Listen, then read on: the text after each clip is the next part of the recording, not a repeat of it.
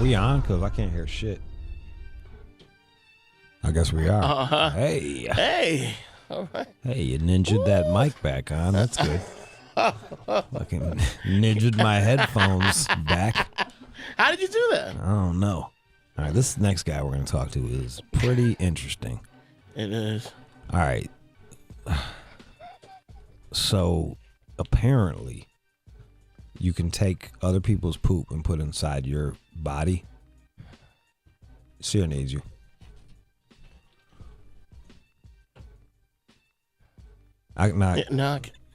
Jesus can hear. Fucking Christ. Oh, man. What's going on behind Yeah, the now I scenes? can hear you. Yeah. Yeah, I'm good. Okay, what is it, pooping? I can't. Yeah. Now my shit sounds all fucked up. Get it together, Sam. Get your shit right. Tighten it up, ninja. She's not at the... You're ninjaing this shit all up. All right, so fuck it, dude. We got it. We got this doctor. Okay. That we're gonna holler at, and he basically does poop transplants. What? Yeah. How do you do that? I haven't the slightest. I don't know. I don't know. That's why we're gonna talk I to him. ask you, but it's like, right. I imagine you just shove someone else's poop up. Like let's say your stomach was bad and my stomach was good. I would poop and then shove that poop into you somehow. And then I don't know. Then I don't know what happens. Yeah. I would just transplant my poop into you. But like, would he put it up his butt? Or cut you? I don't know. Let's bring the doctor on. Yeah. And he can answer all these tough questions that we have. Poop questions. About poop. I'm sure the fecal donation. Dr. Zain Kassam. Hello, sir. Hi there. How you doing, doctor? Welcome to the show. Thank you. Thank you so much for having me. Pretty excited to talk to Rude and then Lord. I've heard lots of good things about you. Well, it's all true. It is all true. How long have you been? Yeah. How long have you been pushing poop in? It's been a pretty long time. I'm a gastroenterologist and epidemiologist who trained at Harvard and MIT, and only slightly less boring than I sound. When Dr. Dre was specializing in beats, I was specializing in poop. All right, so you went to MIT and studied poop? Yeah, basically, the folks next door were teaching monkeys to control robotic arms with their minds and inventing the MRI machines next door, and I spend most of my time kind of finding premium poop, the safest, healthiest kind. It's fair to say that it's safe to say that you probably got the least amount of fucking chicks in the whole fucking school. You'd be pretty surprised. A lot of people are pretty interested in poop and in doctors and poop. All right, so you were doing okay for yourself being the poop doctor. Yeah, I was doing pretty good. Yeah. Okay, so can you explain this to me? Because we really, is this a theory or is it proven? First off. Yeah, no, good question. This is pretty proven. Okay. So I work for I'm a chief medical officer for a nonprofit called Open Biome, which is basically the world's first public stool bank. Think of it kind of like the Red Cross, but for poop. So you're the Brown Cross. The Brown Cross. Yeah, you got it. Yeah, killing it. Watch out. Well done. Try the veal. I'll be here all week. All right, so you're working for the fucking Brown Cross. The Brown Cross, exactly. And it's a little more than just blending poop and shipping it to doctors. It's but not much more than that. So the thing that we do is we screen donors very, very carefully. 109 clinical questions. They had a battery of 27 lab tests to check their stool and their blood. Then we filter the fiber in the stool and suspend this bacteria in this liquid that protects them from long-term storage. And then we freeze it. It's like frozen poop. It's so cold, it's colder than the coldest day on the peak of Mount Everest. It's minus 80 degrees Celsius. So hold on. Frozen dry. Let me jump in here. I'm going to be jumping in with questions as we go. Let's do that. So when you separate this poop, is it still brown? Like, what color is it? It doesn't look too. Yeah, you can look through it. It's kind of translucent. Okay. Kind of looks a little bit like chocolate milk, but like a very, very light colored chocolate milk. So is it chunky? Is there no no Renegade peanuts or no shit like that? No, they basically get filtered with this like super fine filter, 330 microns. Can't even see, the holes in this filter, and so it's just the bacteria in this liquid, and that's the secret sauce. All right, you said there's like 100 questions. Like, what would eliminate somebody from being able to donate their poop? Yeah, I mean, it turns out that actually being a poop donor is kind of really hard. It's much harder to be a poop donor than it is to get into Harvard. Only 4% to kind of make the cut. Really? And so there's super hard. It's 96% kind of get the boot. And so if you're able to make it into the elite what do you super look for? pooper group, it's a great question. So a couple different things. There's a lot of questions, and part of it's based on the American Blood Association kind of questionnaire. So things that you worry about are infections, because we're giving, as kind of alluded to, poop from a healthy person to someone that's kind of sick. And so a lot of infectious questions, as well as there's a really big concern that the microbiome, all the gut bacteria that live in your colon and your gut, have an impact on health. And so we look for diseases that might be related to the gut bacteria. All right, and so I got hemorrhoids. Would I be able to? Yeah. Do you take people with hemorrhoids? Do you take their poop? Good question. So typically not, because what happens, most of the people that have hemorrhoids have constipation, so their pooping isn't normal. You're looking for a looser what if you could play with what's a key poop? Like if you could play with it in your hands, how? You give it like an O. Henry bar. Yeah, O. Henry bar would be pretty good. But I imagine those are pretty hard though. No, but it's softer. Think of threw in the microwave for a few. Okay. That's probably the kind that we would like. We'll make it like cake. We have to give it a score.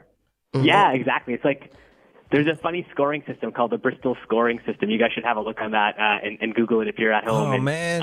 It's pretty funny. Anything between 3 and 5 is the kind that we like. 6 and 7, too watery. Don't want the watery stuff.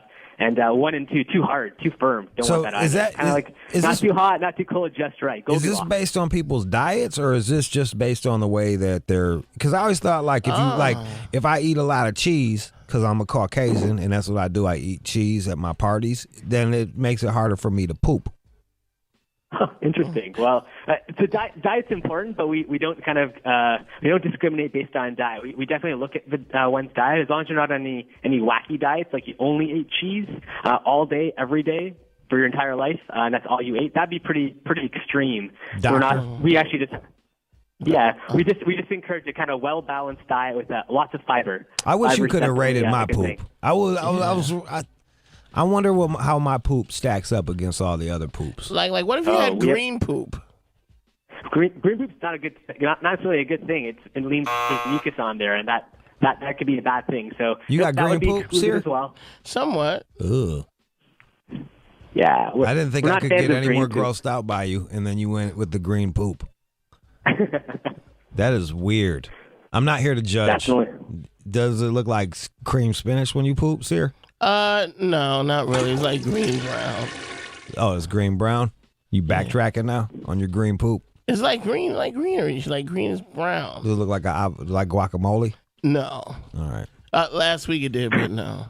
All right. So what are some of the illnesses that these poop transplants can cure? Cure? Yes. Yeah, it's a great question. So, I mean, there's this disease called C. difficile, and it sounds very complicated, but it's this bug that's the most common hospital-acquired infection in the country. It affects 500,000 people a year.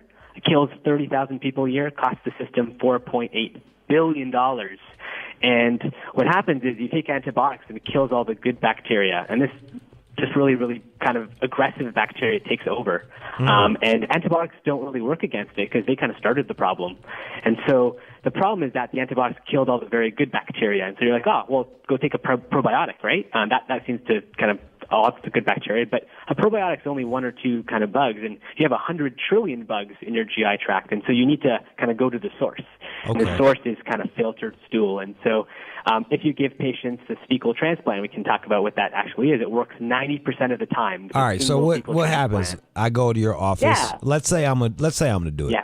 All right. I call you Let's up. do it. All right. I'm like, absolutely. What else I heard somewhere that people use it for weight loss. Is this possible? So there's no evidence to suggest, and there's no in humans about weight loss. It's something, an area of exploration.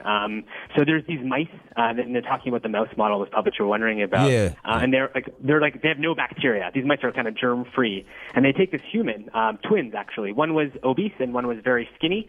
And they put the poop of the skinny human being and the kind of obese human being into these mice. And guess what happened to the mice? The mouse that got the fat poop got fat, and the mouse that got the skinny poop stayed skinny. And so people are wondering about whether these bacteria can potentially impact kind of weight one way or the other. But it's still being explored pretty seriously. And That would not be an quite ready for awesome prime time. diet thing. Like, just put some skinny person's shit inside your body, and then you can just But eat it's whatever probably you more want. complicated. Lose my weight. Totally. Just eat a It full might be more fucking complicated pizza. than that.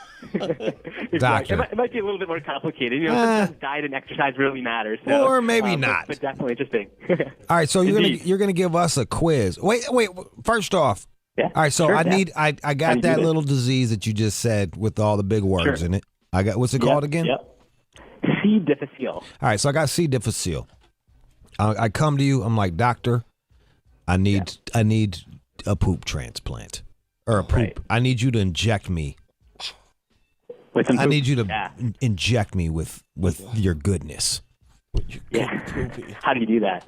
What do we do? There's kind of there's kind of three ways. So So we're the gonna most have a common three-way? way- Oh, no. Bro, that's not what I signed up for. Pause. No. No rainbow. Yeah, there's kind of three delivery modalities. Probably not three ways in the same way that you were hoping for. Okay. You like So one is a colonoscopy. So that's a flexible camera that goes up the bottom end and goes all the way around your colon, and then you put it in the colon. And so that's kind of one way. You drop that shit up in there. You can't just turkey baster that shit in my butt. So you see, that's another way. So that's an enema. Yep. So there's definitely a possibility of doing an enema. So that's another way. There's a kind of a tube down your nose that goes past your stomach and into your bowel. And that's another way. But That sounds all just those as sound bad not- as throwing it up your asshole. Yeah, so not great. So I mean, what way would you want it? Is probably a pill, right? And so that's kind of the direction in which the field is going. I don't. So, So wait, we're- hold up. Oh. Yeah. Like, this is basically my option: is you shove it in my nose. I get to fucking snort shit. I get to eat shit, or you push it in my butt. Those are the ways to get the bacteria there. And it's a one-time dose. So it's people that are having diarrhea for hundreds of days. 7, 8 episodes of diarrhea in a single day it's pretty debilitating. And to have kind of one fecal transplant and they're cured 90% of the time, people are definitely very excited. Doc, have you ever? 250 hospitals. I hear you. Have you ever ate the shit yourself? I have not. I've never had Clostridium difficile. It's funny thankfully. it's funny that this guy, who, he'll feed me some shit, but he's Right. never ate it himself. He's like, it's cool, just wash it down with some Coke, you'll be fine. Yeah, it'd be all right. Kind of tangy, but it's different. All right, so how long does it take for that shit to work in your stomach? It works as soon as one day. Even Get sometimes outta here. less. So it works almost immediately, which is the nothing in medicine works 90% of the time. This is pretty much the closest thing to a miracle that I've ever seen in medicine, and that's why I'm doing what I'm doing. Now, you said you're going to give us a quiz to see if sure. if our shit is good enough. Is that what it is? All right, go ahead. Let's 888-742. do Hold on, let me plug it so people can call up for you. 888-742-3345. What's that, Sam? Oh, you want to play a song? Come back. Can you stick around for one song and then we'll come back with the quiz and Absolutely. the phone calls and everything? Yeah. All Happy right. to do that. No problem. We got Dr. Kassam here. He's telling us about poop transplants. It's Pooping. all the rage right now. It's what all the cool kids are doing downtown. Poop time. Push your shit in, son. Let's get it.